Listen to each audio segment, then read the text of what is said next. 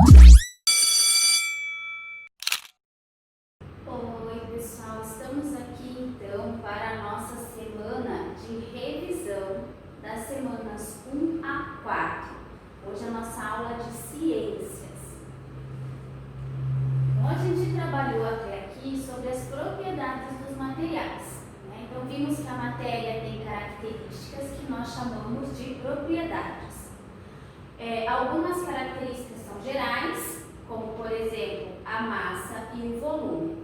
A massa, ela está relacionada à quantidade de matéria que ele apresenta, que o material apresenta, e pode ser obtida por meio de uma balança. Então, comparando aqui o pacote de farinha de trigo, de arroz e de feijão, nós podemos observar que o pacote de farinha de trigo, ele tem mais massa, pois ele tem a maior quantidade de matéria. O volume de um objeto, ele está relacionado ao espaço que ele ocupa. Então aqui, se compararmos 1 kg de algodão com 1 kg de chumbo, percebemos que ele tem a mesma massa, ou seja, os dois possuem 1 kg. Mas que o volume do algodão é muito maior. Então, para eu poder ter a mesma massa aqui do chumbo, o volume do algodão vai ser bem maior do que o do chumbo. Vimos também sobre densidade, O que define se o objeto flutua ou afunda é a sua densidade, que é a quantidade de massa que existe em um determinado volume. Então, não é somente a densidade do material que define se ele vai flutuar ou afundar. É preciso considerar outros fatores, por exemplo, como o seu formato. E vimos também que sobre o empuxo, que é uma força existente na água que age no sentido contrário ao peso de um objeto.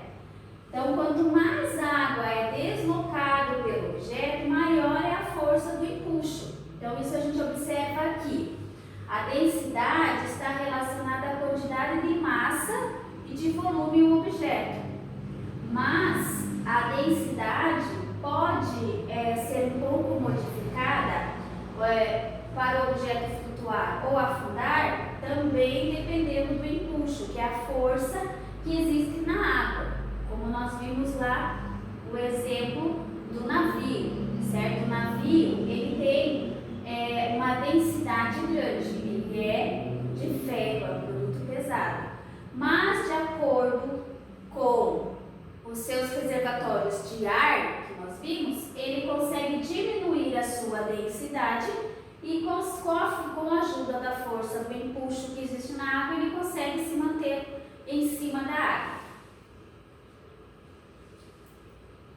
O formato do casco dos navios e barcos favorece a flutuabilidade, porque deixa um grande espaço vazio em seu interior, preenchido com ar. E o formato do casco, por ser longo, ele permite o equilíbrio entre o peso do navio e do empuxo, então assegurando que ele não afunde. Então, além de ter aqueles reservatórios aqui que ficam com ar para diminuir a densidade, todo o formato dele ajuda a trabalhar com a força do empuxo na água, então isso ajuda com que ele não afunde. Daí, se ele fosse maciço, se ele fosse todo somente de ferro, com certeza ele afundaria. Mas como ele tem esses espaços onde fica o ar, consegue mudar a sua densidade. Vimos sobre a solubilidade, que é a propriedade que as substâncias têm de se dissolverem ou não em outra substância, que a gente chama de solubilidade. A água, ela tem a capacidade de dissolver diferentes substâncias, entretanto ela não dissolve materiais gordurosos, como ceras e óleos. É por isso que não lavamos a louça somente com água. Então a gente observou lá que a água, ela dissolve muitos materiais, açúcar, sal, o achocolatado, mas as gorduras e óleos, ceras e óleos, ela não consegue dissolver. Então os materiais que não se dissolvem completamente, em determinados solventes, são chamados de insolúveis, ok? Vimos sobre a a questão do calor, né? Que o calor ele é transferido espontaneamente do corpo com maior temperatura para o de menor temperatura, até que ambos fiquem com a mesma temperatura. Então, existem materiais que deixam o calor ser transferido com facilidade, que nós chamamos de bons condutores de calor, que os exemplos são os metais, né? Ferro, alumínio e cobre. E vimos também que existem os materiais que são maus condutores de calor, ou seja, que eles não deixam o calor ser transferido com facilidade. Então, ali os exemplos, né? A lã, os tecidos, a madeira, o isopor, o plástico. Também vimos materiais que deixam a energia elétrica passar com facilidade, que são, né, os metais, também chamados de bons condutores de energia elétrica. E os materiais que não deixam a energia elétrica passar com facilidade, como borracha, plástico e vidro, são chamados de maus condutores de energia elétrica. Vimos lá algumas dicas para evitar queimaduras, né? Então, o excesso de calor pode causar queimaduras, fique atento para evitá-las. Não mexa em fósforos, velas e álcool, não manipule fogos de artifício, não brinque perto de pessoas que estejam cozinhando, proteja-se dos raios solares usando roupas adequadas, protetor solar e boné. Então, são algumas dicas para que possamos evitar queimaduras com calor. Temos também algumas dicas para evitar choques elétricos, né? Então, os choques elétricos podem causar queimaduras também. Então, vamos lá ficar atento às dicas. Não brinque com aparelhos elétricos conectados à tomada, né? Colocados na tomada. Não toque em aparelho elétrico com mãos molhadas ou nem coloque esse aparelho elétrico dentro da água. Não coloque os dedos ou qualquer objeto nas tomadas. Não solte pipa perto de fios elétricos e não encoste em fios elétricos que estejam caídos na rua. Tudo isso aqui a gente tem que tomar bastante cuidado e sempre estar próximo com o adulto. Vimos também sobre outra propriedade, tá? Que é dos materiais magnéticos. Os materiais como ferro, aço e níquel, eles são chamados de materiais magnéticos. A propriedade dos ímãs de atrair determinados metais é chamada de magnetismo. Então, as características do ímã. Nós vimos que os ímãs, eles têm duas regiões chamadas de polo norte e polo sul. Vimos que nós não podemos ver a força magnética, mas nós sentimos os seus efeitos quando estamos trabalhando com o ímã.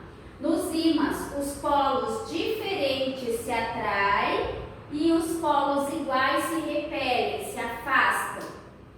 O espaço ao redor do ímã, em volta do ímã, onde percebemos a força magnética, é chamado de campo magnético. A Terra funciona como um gigantesco ímã, então o planeta Terra também funciona com esse campo magnético que nós vimos. O ímã se posiciona na direção norte-sul da Terra. Quando penduramos ele em um fio, ele vai trabalhar até ele se posicionar nessa direção norte-sul da Terra. Por isso que nós conseguimos ter a bússola. A bússola ela foi construída de acordo com essa característica do ímã. Então, se um objeto feito de material magnético for esfregado em um ímã, se ele for um objeto que o material dele é magnético, esfregamos no ímã, ele vai se comportar como um ímã temporariamente. Então, durante um tempinho, ele vai puxar esses materiais metais também que existem próximos a ele, só temporariamente. Os ímãs ficam mais fracos se forem aquecidos e quando o ímã é quebrado, por exemplo, quebramos aqui no meio, os dois pedaços, né, vão passar a ser ímãs menores. Então, quebrei aqui, essa parte vai ter norte e sul e essa parte vai ter polo norte e polo sul. Vou ficar com dois ímãs menores. Algumas outras propriedades também que vimos lá dos nossos materiais. Então, o material ele pode ser transparente, ele ele pode ser flexível, ele pode ser elástico, ele pode ser frágil, ele pode ser resistente, ele pode ser rígido, ele pode ser duro e ele pode ser brilhante ou transformado em fios. Transparente, nós temos os materiais de vidro. Flexível, nós temos materiais que podemos manipulá-los. Elástico, o próprio elástico. Frágil, vimos lá que temos a casca do ovo, o vidro também ele é frágil. Resistente, nós temos metais que a gente tem que fazer parafusos, essas placas. Rígido, nós temos de exemplo lá madeira. Duros, nós vimos lá que o diamante é um material bem duro. Brilhantes, nós temos lá o inox, que é um material que brilha. E transformados em fios também nós temos alguns metais. E nós percebemos que por que a gente precisa saber sobre todas essas propriedades, todas essas características dos materiais. Então a gente percebe essas propriedades para que possamos fabricar os objetos, certo? Então a gente vai escolher o melhor material para fabricar um determinado objeto, tá? E esse objeto, então a fabricação desse objeto vai depender dessas propriedades e de fatores também, como o preço, a disponibilidade do material, se é um material fácil de ser encontrado ou não, e a durabilidade, tempo de duração que ele vai ter nesse objeto, tá? E o objeto ele pode ser feito de vários materiais, tá? Então, cada material é escolhido para cumprir uma determinada função. Então, o mesmo objeto pode ser feito com mais de um material. Alguns exemplos que a gente viu no nosso livro didático. Aqui nós temos o exemplo do tênis, que ele pode ser feito de tecido, pode ser feito de borracha, pode ter partes em metal. Temos lá também um outro exemplo lá na frente que a gente viu do calor, o ferro de passar roupa. Ele tem uma parte de metal e outra parte de plástico. Então nós podemos usar materiais diferentes para fazer um objeto só, tá? E por que é importante tudo isso também? Nós devemos considerar o que acontece com os materiais depois que o objeto é descartado. Por exemplo, eu faço um objeto, então de repente eu percebo que a durabilidade dele não é muito longa. Ele vai ser de pouco tempo de uso. Então eu tenho que pensar no material que eu vou usar pensando nessa questão do descarte. Como que esse objeto vai ser jogado fora depois? Vai prejudicar o meio ambiente? Não vai? Como é que poderíamos resolver essas situações? Então, por isso que é importante a gente saber sobre as propriedades que os materiais têm. Pessoal, desejo a vocês então os bons estudos e que vocês tenham uma ótima avaliação.